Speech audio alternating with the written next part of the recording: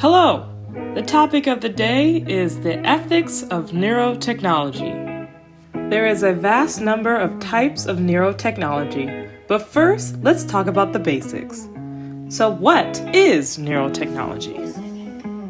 Neurotechnology is any technology that has a fundamental influence on how people understand the brain and various aspects of consciousness, thought, and higher order activities in the brain. What ethical issues need to be addressed? The three most important ethical issues are 1. Privacy and consent, 2. Agency and identity, and 3. Augmentation.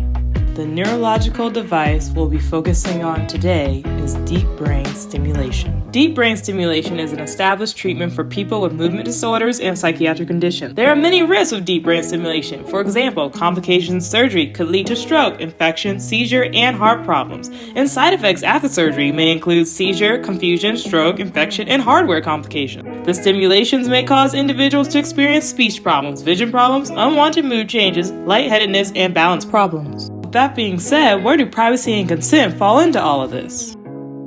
The first concern is the desperation of the patients to get out of their hopeless situation because of the length of time he or she has suffered from their disease. The patient may act as if there is no other option for them but to consent to the deep brain stimulation procedure, but this does not imply it is voluntary. The second concern is the patient's unrealistic levels created by the hope and expectation of DBS. This includes the risks, side effects of a procedure, and limitations of the treatment. Where is the information stored? Besides the doctors, manufacturers who made the device and software will have access to patients' information. This amount of access is open to hackers. If the patient's information was hacked, anyone could change the programming of the stimulator, which would change the stimulation of the individual's brain. Agency and identity. In a study by Dr. Groing, she had a participant recall his experience of DBS and wondered whether he or the device was responsible for what he was or wasn't feeling.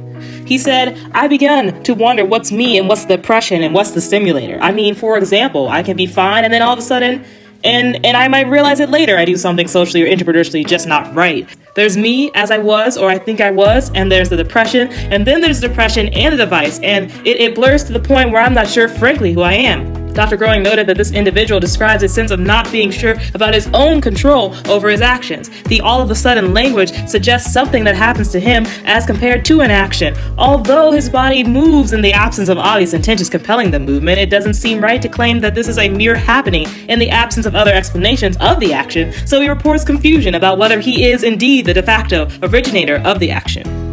Responsibility of our actions still remains unclear. It is important for this concept to be a part of our ethical talks and future improvements of DBS because if we are no longer the originator of our actions, then we are no longer in control, thus putting our free will, responsibility, and accountability into question. Being the de facto originator of the action is everyone's basic human right and therefore must be protected. Augmentation. What is augmentation?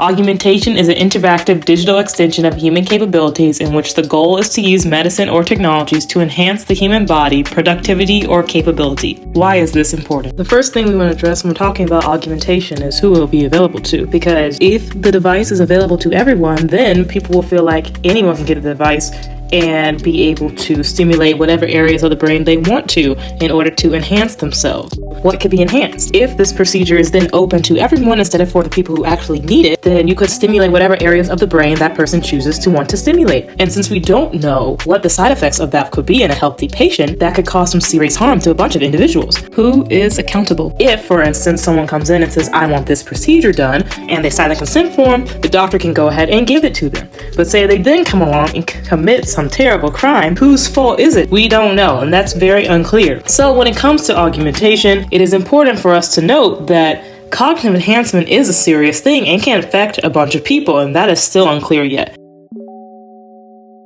So let's review. Neurotechnology is most likely going to advance in our future. However, it should not come at a cost to individual or others' well-being. Ethical rules and regulations should be enforced. Ethical concerns, including privacy and consent, agency and identity, and augmentation, must be addressed, along with many other ethical concerns that fall within the neurotechnology realm. This is important because we don't want people being taken advantage of In order to successfully do this, we have to do it together, and together we can positively change the world.